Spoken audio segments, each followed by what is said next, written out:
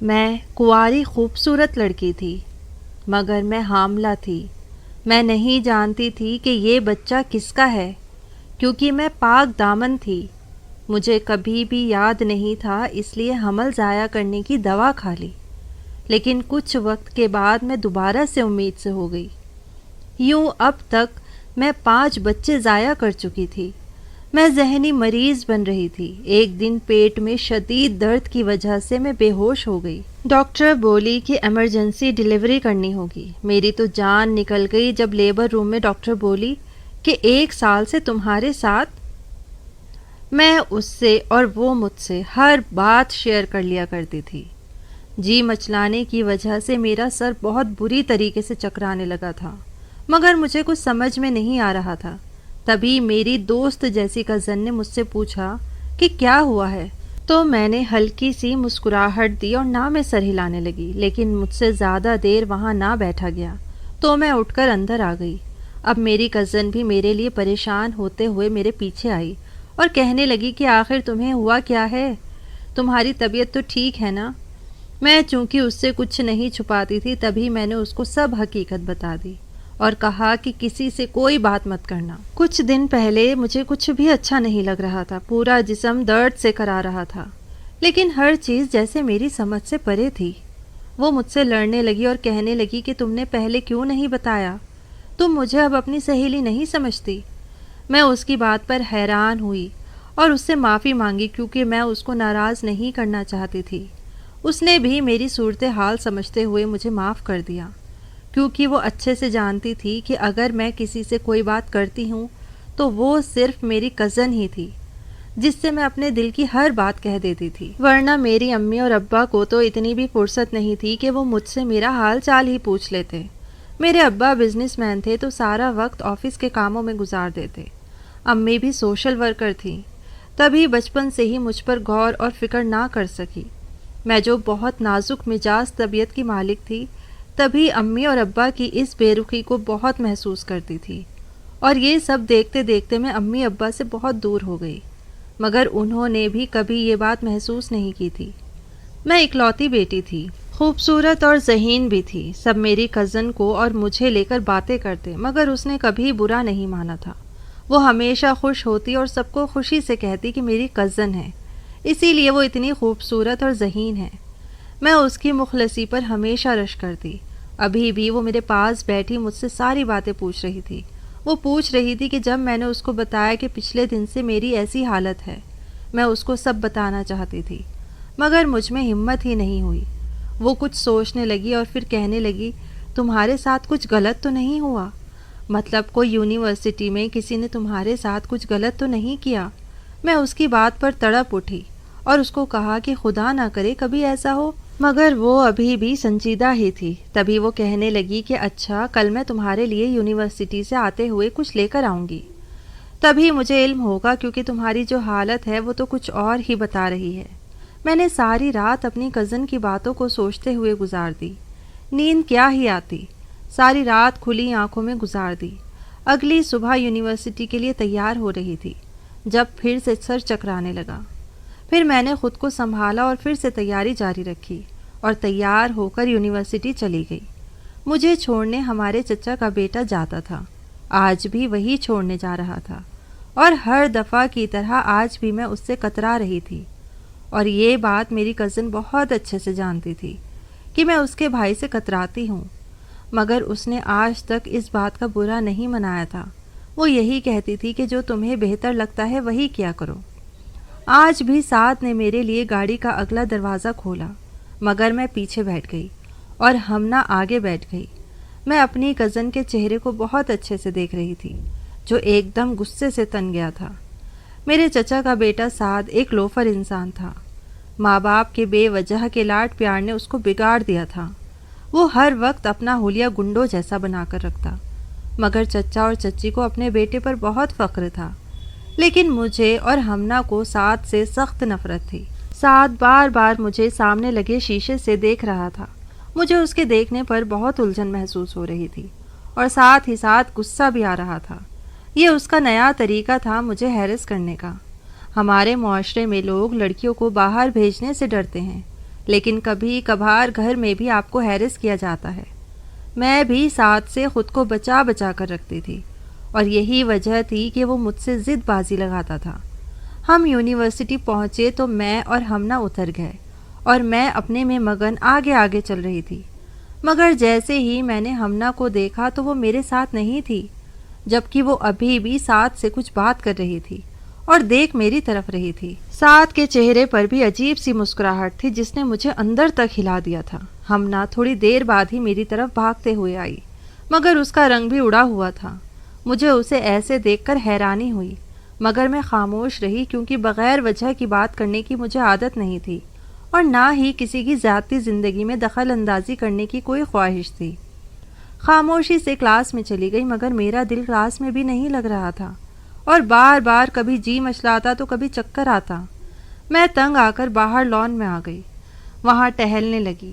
وہاں اور بھی لڑکیاں موجود تھیں۔ ایک میرے ڈپارٹمنٹ کی لڑکی میرے پاس آئی اور مجھے کہنے لگی کہ چلو تمہیں ہمنا بلا رہی ہے۔ میں جیسے ہی ہمنا کے پاس گئی تو وہ کہنے لگی چلو ہمیں اسپتال جانا ہے۔ میں حیران ہوئی اور اس سے کہا کہ میری طبیعت کچھ ٹھیک نہیں ہے۔ تبھی وہ کہنے لگی کہ ہم نے تمہارا چیک اپ کروانا ہے۔ میں بھی ہمنا کے ساتھ چل پڑی۔ ڈاکٹر میرا چیک اپ کرنے لگی، لیکن ڈاکٹر کے چہرے پر مسکراہٹ دیکھ کر میں کافی حیران ہوئی۔ مجھے اندازہ بھی نہیں ہوا کہ آخر ڈاکٹر کی مسکراہٹ کی وجہ کیا ہے، مگر میرا دل خوف سے کانپ رہا تھا۔ میں نے ڈاکٹر سے پوچھا کہ مجھے کیا ہوا ہے، تو وہ کہنے لگی کہ مبارک ہو، آپ امید سے ہیں۔ یہ سنتے ہی میں دنگ رہ گئی۔ میں امید سے تھی؟ یہ سب کیسے ہوا؟ مجھے تو کبھی بھی یاد نہیں تھا۔ میرے لیے یہ بہت بڑی بات تھی۔ ہمنا بھی حیرانگی سے میری طرف دیکھ رہی تھی۔ مجھے اس کا چہرہ دیکھ کر ایسا لگا جیسے آج میں نے اپنی دوست جیسی کزن کو کھو دیا ہے۔ وہ اتنی بڑی خبر سن کر مجھ سے نفرت کرنے لگے گی۔ میں نے ڈاکٹر سے ایک بار پھر پوچھا کیا آپ سچ کہہ رہی ہیں؟ تو ڈاکٹر کہنے لگی کہ ہاں بالکل سچ کہہ رہی ہوں۔ میرے تو رونگٹے کھڑے ہو گئے، دماغ سائے سائے کرنے لگا۔ یہ سب کیا تھا اور کیسے ہوا میرے ساتھ؟ میں حاملہ تھی، مگر یہ میں نہیں جانتی تھی کہ یہ بچہ کس کا ہے، کیونکہ میں پاک دامن تھی۔ مجھے کچھ بھی یاد نہیں تھا۔ میں آنسو بہا رہی تھی جب میری کزن میرے پاس آئی اور مجھے حوصلہ دینے لگی۔ میں اس کے ساتھ لگ کر پھوٹ پھوٹ کر رونے لگی اور اس کو اپنی صفائی پیش کرنے لگی کہ میں نے کچھ نہیں کیا، سب کچھ نہ جانے کیسے ہو گیا۔ وہ میری بات مان گئی اور کہنے لگی کہ مجھے تم پر یقین ہے، ہم اس کا کوئی نہ کوئی حل نکالتے ہیں۔ میں ہمنا کے ساتھ گھر آئی تو ایک اور نئی مصیبت میرا انتظار کر رہی تھی۔ ابا کے جاننے والے نہ جانے کون سے بزنس مین تھے جو میرا رشتہ لے کر آئے تھے۔ امی تو مجھے دیکھتے ہی نہال ہو گئی تھی۔ میرا رشتہ طے ہو چکا تھا۔ اتنے پڑھے لکھے ہونے کے بعد بھی میرے بارے میں کسی نے نہ سوچا اور نہ ہی کسی نے مجھ سے پوچھنے کی زحمت کی۔ میری شادی کی تیاری زوروں شوروں سے چل رہی تھی۔ میں یہ شادی نہیں کرنا چاہتی تھی۔ امی جب مجھ سے وجہ پوچھتی تو میں یہ کہہ کر ٹال دیتی کہ مجھے وہاں شادی نہیں کرنی۔ میری ضد کی وجہ سے امی نے وہاں رشتے سے انکار کر دیا۔ ایک روز رات کو روتے ہوئے میں ہمنا کے کمرے میں گئی تو اندر سے کسی اور کی بھی آواز آ رہی تھی۔ میں وہاں سے واپس نہ آئی کیونکہ سب جانتے تھے کہ میں اور ہمنا بہت گہرے دوست تھے۔ تبھی میں نے دروازہ ہلکا سا کھٹکھٹایا۔ میری کھٹاک سے اندر بالکل خاموشی چھا گئی۔ ہمنا نے جیسے ہی دروازہ کھولا تو سامنے اس کا بھائی بھی موجود تھا۔ حیرت ہوئی کہ رات کے اس پہر سعد وہاں کیا کر رہا تھا، لیکن اس سے پہلے میں ہمنا کو کچھ کہتی اس نے سعد کو 2 باتیں سنا کر وہاں سے بھیج دیا اور کہنے لگی آج کے بعد اس وقت مجھ سے بات کرنے مت آنا۔ سعد بہت رنگین مزاج کا تھا، تبھی اسے کوئی پسند نہیں کرتا تھا، جبکہ چھوٹے چاچو کا بیٹا شادان بھی ہم عمر تھا۔ وہ کسی سے بات نہیں کرتا تھا، بس اپنے آپ میں مگن رہتا تھا۔ میں جلدی سے ہمنا کے کمرے میں چلی گئی۔ وہ مجھے دیکھ کر حیران رہ گئی اور گھبرا کر پوچھنے لگی کہ کیا ہوا ہے۔ میں نے کہا اب کچھ کرنا ہوگا۔ میں اپنی امی کو زیادہ دن نہیں روک سکتی کہ وہ میری شادی نہ کرے، اور نہ ہی میں کسی سے بھی شادی کر سکتی ہوں، کیونکہ وہ تو جان جائے گا کہ میں پریگننٹ رہ چکی ہوں۔ میں پھوٹ پھوٹ کر رونے لگی اور ہمنا کو مدد طلب نظروں سے دیکھنے لگی۔ اس نے مجھے گلے سے لگایا اور کہنے لگی کہ میں نے اس کا حل نکال لیا ہے، ہم کل میڈیکل اسٹور سے جا کر اس کی دوائی لے کر آئیں گے۔ میں بڑی حیران ہوئی کہ ہمنا کو کیسے پتا کہ اس سب کی دوائی بھی ہوتی ہے۔ مگر اس وقت دماغ کچھ بھی سوچنے پر راضی نہیں تھا۔ اگلے ہی روز میں میڈیکل اسٹور سے حمل ضائع کرنے کی دوائی لے آئی۔ امی میرے لیے پھر سے رشتہ دیکھ رہی تھی، اسی لیے چھپ کر دوائی کھا لی۔ حمل ضائع ہونے کے بعد کچھ تکلیف کم ہوئی، ذہن ادھر ادھر ہوا تو آگے کی سوچنے کی فکر کرنے لگی۔ ہمنا میرے لیے روز رات کا کھانا لے کر آتی اور میں کھا کر سو جاتی۔ کئی مہینے ایسے ہی گزر گئے۔ گھر پر پھر سے میرے رشتے کی بات چلنا شروع ہو گئی۔ میں تو اب تنگ آ گئی تھی کہ آخر کیوں سب میرے ہی رشتے کے پیچھے پڑے ہیں۔ میں اکثر امی کو بھی کہہ دیتی کہ مجھے ابھی شادی جیسی مصیبت اپنے گلے نہیں ڈالنی، مگر میری امی اتنی ماڈرن ہو کر بھی ایک ہی بات کہتی کہ شادی مصیبت نہیں ہے، یہ تو اللہ کا انمول تحفہ ہے جو انسان کو دیا گیا ہے۔ پتہ نہیں کیوں لوگوں نے اس رشتے کو عذاب اور مصیبت سمجھ لیا ہے۔ اب امی نے کچھ وقت کے لیے میرے لیے رشتہ دیکھنا چھوڑ دیا۔ مجھے بھی جیسے کچھ سکون ہو گیا تھا۔ مجھے لگنے لگا تھا کہ کبھی میری شادی ہی نہیں ہوگی۔ جیسے کبوتر بلی کو دیکھ کر آنکھیں بند کر لیتا ہے اور سوچتا ہے کہ بلی اسے کچھ نہیں کہے گی، بالکل ویسے ہی میں نے بھی اپنی آنکھیں بند کر لی تھی۔ لیکن کچھ وقت کے بعد میں دوبارہ پریگننٹ ہو گئی۔ ایسا 3 بار ہوا۔ میں 3 بچے ضائع کر چکی تھی، لیکن مجھے سمجھ نہیں آ رہا تھا کہ آخر یہ سب کیسے ہو رہا ہے اور کب ہو رہا ہے۔ میں تو ہر چیز سے انجان تھی۔ رات کے وقت سو جاتی تھی اور جب صبح اٹھتی تو حالت خراب ہوئی ہوتی تھی، لیکن کون اس وقت؟ اب میں ذہنی مریض بن رہی تھی۔ میری آنکھوں کے نیچے ہلکے پڑ چکے تھے۔ سارا دن میں کمرے میں بند رہتی، کہیں آنا جانا بھی چھوڑ دیا تھا۔ مجھے ایسا لگتا تھا کہ اگر میں کمرے سے باہر نکلی تو پھر سے پریگننٹ ہو جاؤں گی۔ اس سب میں اگر کسی نے میرا ساتھ نہیں چھوڑا تھا تو وہ ہمنا تھی، میری بہترین دوست، جس پر میں آنکھیں بند کر کے یقین کرتی تھی، جس کو میں سب کچھ بتاتی تھی۔ وقت کے ساتھ ساتھ میرے ابا نے مجھ سے ہر تعلق ختم کر لیا تھا۔ ان کے مطابق میں ان پر بوجھ بن رہی تھی۔ اب وقت تھا کہ میں اپنی ماں کو سب سچ بتا دوں، لیکن بتاتی بھی کیسے؟ امی بھی مجھ سے دور سی ہو گئی تھی۔ انہوں نے مجھے میرے حال پر چھوڑ دیا تھا۔ ان کا بھی یہی کہنا تھا کہ اگر تم میری اولاد نہ ہوتی تو میں کب کا تمہیں اس گھر سے نکال چکی ہوتی۔ جس کو ہماری عزت کا خیال نہیں وہ ہمارے کس کام کی۔ مجھے اکثر امی کی باتیں بہت تکلیف دیتی تھی۔ میں دوہری تکلیف میں مبتلا تھی۔ صرف ہمنا تھی جس کو مجھ پر یقین تھا۔ ساتھ کبھی کبھی مجھ سے کہتا کہ تم فکر مت کرو، میں تمہارے ساتھ ہوں۔ اس کی باتیں بھی بہت چبھتی تھی۔ اب تو میں پتہ لگانا چاہتی تھی کہ آخر میرے ساتھ کیا ہو رہا ہے۔ مجھے کوئی بھی سرا نہیں مل رہا تھا۔ میں کوئی راستہ نکالنا چاہتی تھی جس سے پتہ چلتا کہ میرے ساتھ کب برا ہوتا ہے، کب مجھے زیادتی کا نشانہ بنایا جاتا ہے۔ میرے ہوش میں ہوتے ہوئے تو ایسا کبھی نہیں ہوتا تھا، اور ایسا بھی نہیں تھا کہ میں بہت گہری نیند میں سوتی تھی۔ اب میں اکیلی رہنے لگی تھی۔ اس سب کو ہوتے ہوئے پورا 1 سال گزر چکا تھا کہ ایک دن میرے پیٹ میں شدید درد ہوا۔ اس وقت بھی میں کھانے کی ٹیبل پر موجود تھی اور وہاں سب بیٹھے تھے۔ درد اتنا شدید تھا کہ برداشت سے باہر تھا۔ میں پیٹ پکڑ کر کبھی ادھر کبھی ادھر ہو رہی تھی۔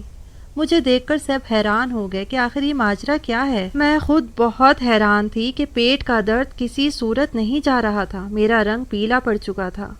سب مجھے دیکھ رہے تھے، ایک دم پریشان ہو گئے۔ اور حیرت کی بات یہ تھی کہ سب سے پہلے میری امی اٹھی اور ساتھ سے کہنے لگی کہ جلدی سے گاڑی نکالو، اسے اسپتال لے کر جانا ہے۔ میری امی مجھے اسپتال لے گئی تو ڈاکٹر بولی ایمرجنسی ڈیلیوری ہے۔ امی تو حیرت سے سر پکڑ کر بیٹھ گئی۔ انہوں نے چونک کر میری طرف دیکھا تو میرا دل جیسے بند ہونے لگا، کیونکہ میرا پیٹ ذرا بھی بڑا ہوا نہیں تھا۔ مگر امی اس وقت خاموش رہی، جبکہ ڈاکٹر امی سے کچھ سوال کر رہی تھی۔ یہ کب سے ہو رہا ہے اور حمل کو کتنے دن ہوئے ہیں؟ بچے کی حالت بہت خراب ہے، کیا اس کا خیال نہیں رکھا جاتا؟ آپ ماں ہیں اس کی؟ امی تو بس آنکھیں نکال کر مجھے ہی دیکھ رہی تھی۔ ڈاکٹر نے جب دوبارہ سوال کیا تو امی نے ہوش میں آ کر کہا کہ جی میں اس کی ماں ہوں۔ ڈاکٹر نے سر ہلا کر مجھے دیکھا اور کہنے لگی فکر کی بات نہیں ہے، تمہاری عمر ابھی چھوٹی ہے اور تم نے کسی غلط دوائی کا زیادہ استعمال کیا ہے، جس کی وجہ سے تمہارا آپریشن کرنا ہوگا۔ میرے آنسو بہنے لگے جب ڈاکٹر مجھے لیبر روم میں لے گئی اور بولی کہ 11 مہینے سے تمہارے ساتھ زیادتی ہو رہی ہے، تم پر ظلم کیا جا رہا ہے، اور تم نہ صرف غلط دوائیوں کا استعمال کر رہی ہو بلکہ تم اس کے ساتھ ساتھ نشے کی چیزیں بھی لے رہی ہو۔ کیا تمہیں خبر ہی نہیں کہ تم پریگننٹ ہو؟ کیا ایسی ہوتی ہیں مائیں؟ ڈاکٹر تو مجھے بہت کچھ سنا رہی تھی، مگر میرے کان حیرت میں مبتلا تھے کہ یہ سب کیا ہے؟ جو میں حمل ضائع کرنے کے لیے دوائیاں کھا رہی تھی وہ غلط کیسے ہو سکتی تھی؟ نشہ تو میں نے کبھی دور دور تک نہیں کیا، پھر ڈاکٹر کیسے کہہ سکتی تھی کہ میں نشے کی دوائی لیتی ہوں؟ میرا حمل ضائع ہو چکا تھا اور میں اتنا جانتی تھی کہ میرے ساتھ کچھ غلط ہو رہا ہے جو میرا اپنا ہی کر رہا ہے۔ میرا شک میری ماں پر ہی کیا تھا۔ مجھے ان سے نفرت ہو رہی تھی، مگر پھر سوچا کہ امی تو میرے آس پاس بھی نہیں پھرتی، پھر وہ میرے ساتھ ایسا کیوں کریں گی؟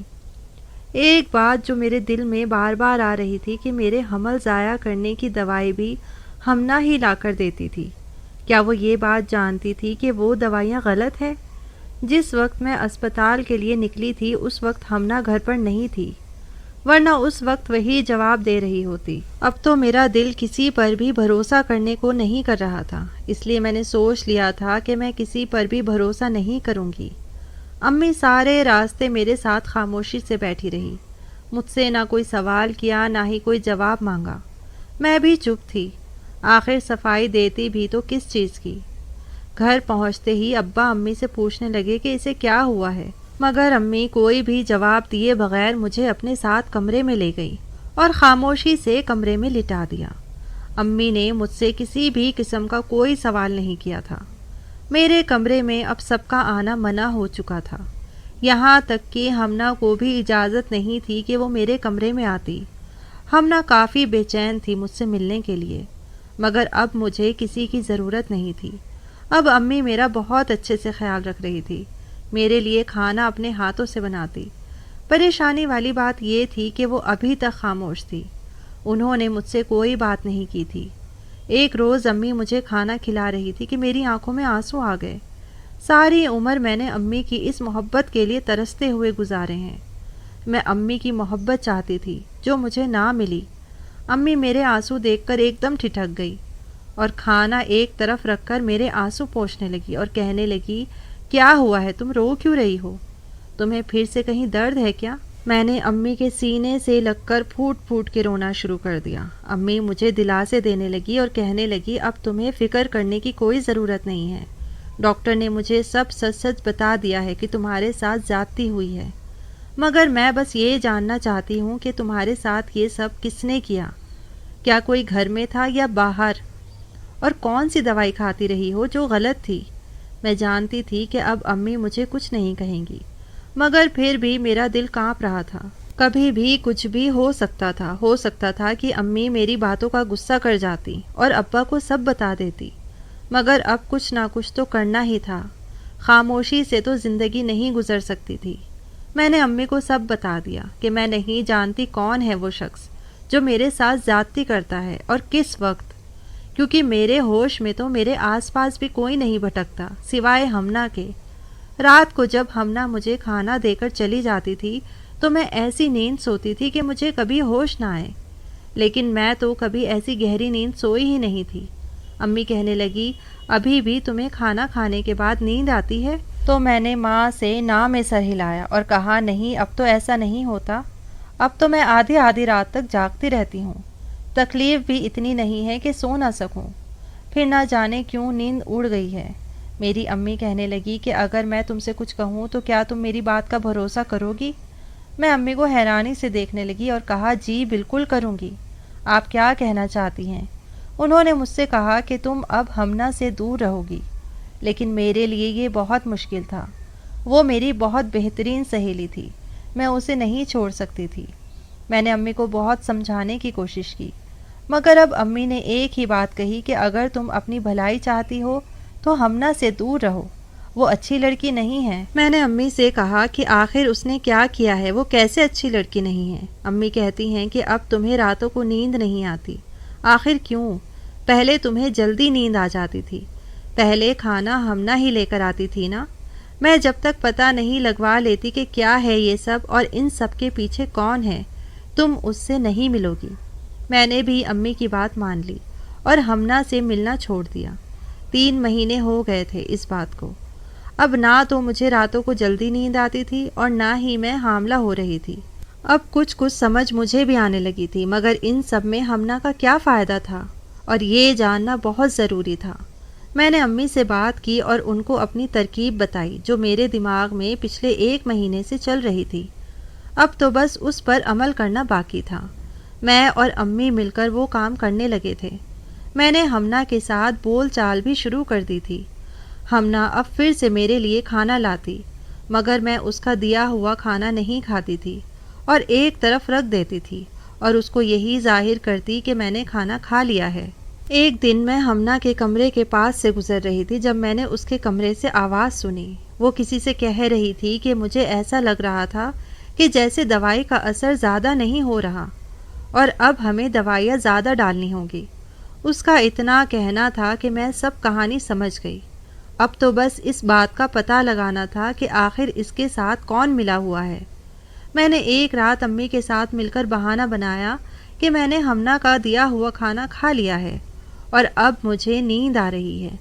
میں نے سونے کا ناٹک کیا کہ تبھی آہستہ سے کسی نے دروازہ کھولا اور میں پہلے سے ہی اپنی امی کو سب آگاہ کر چکی تھی اور انہیں سمجھا دیا تھا کہ انہیں آگے کیا کرنا ہے۔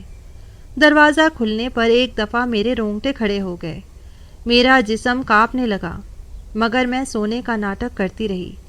کمرے میں پہلے ہمنا کی آواز گونجنے لگی اور پھر جس شخص کی آواز آئی مجھے اپنے کانوں پر یقین نہیں ہوا۔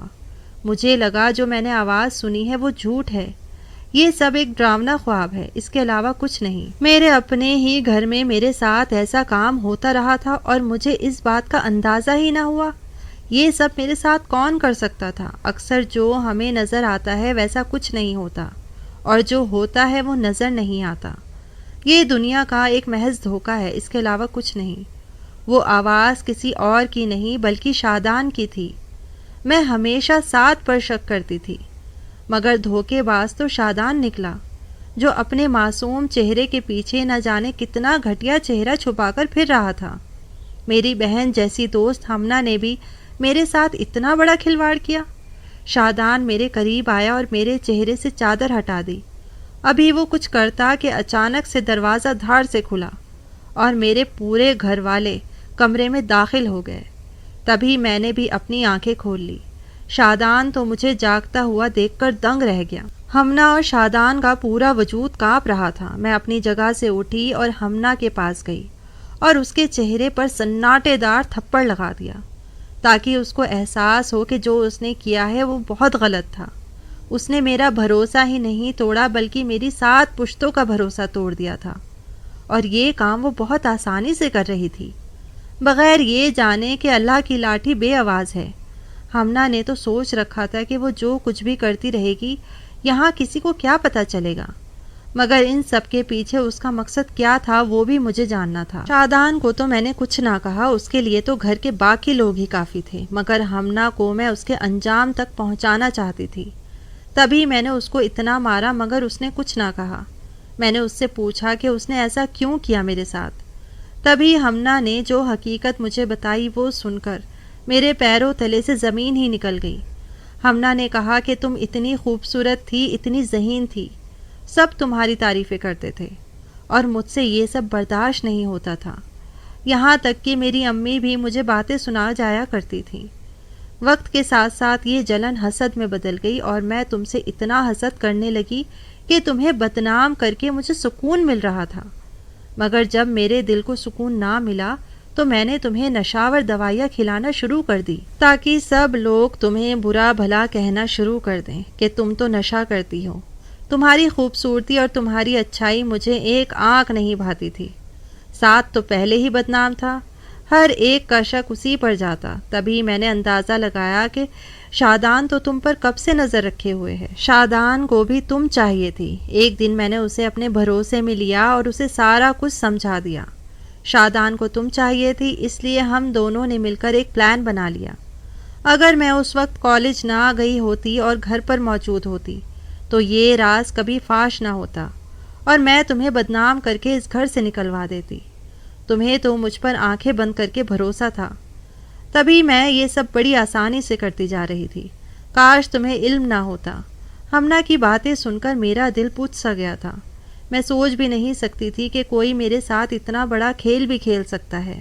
ابھی میں کچھ اور کہتی تبھی سعد آگے بڑھا اور ہمنا کے منہ پر تھپڑ مار دیا اور کہنے لگا کہ میں شکر ادا کرتا ہوں کہ میں تم جیسا نیک انسان نہیں ہوں، بگڑا ہوا ہوں. اگر نیک تم جیسے ہوتے ہیں تو مجھے نفرت ہے نیک انسانوں سے.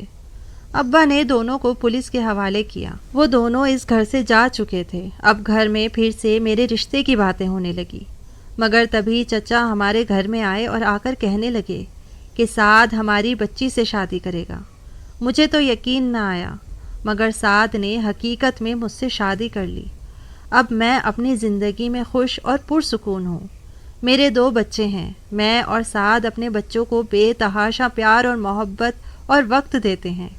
سعد بے شک بگڑا ہوا تھا، لیکن شادی کے بعد میری امید سے زیادہ اچھا ہو گیا تھا. سلجھ چکا تھا اور اپنے بچوں کے لیے محنت بھی کرتا تھا. میرے لیے وہ دن بھر کام کرتا تھا. مجھے اپنی آنکھوں کا تارا بنا کر رکھا ہوا تھا. ہم لوگ اکثر برے کو برا کہہ کر چھوڑ دیتے ہیں کہ یہ تو برا ہے، مگر کبھی کبھار وہ زیادہ اچھا ہو کر ہمیں یہ بتا دیتا ہے کہ ہر برا انسان ساری عمر برا نہیں رہتا.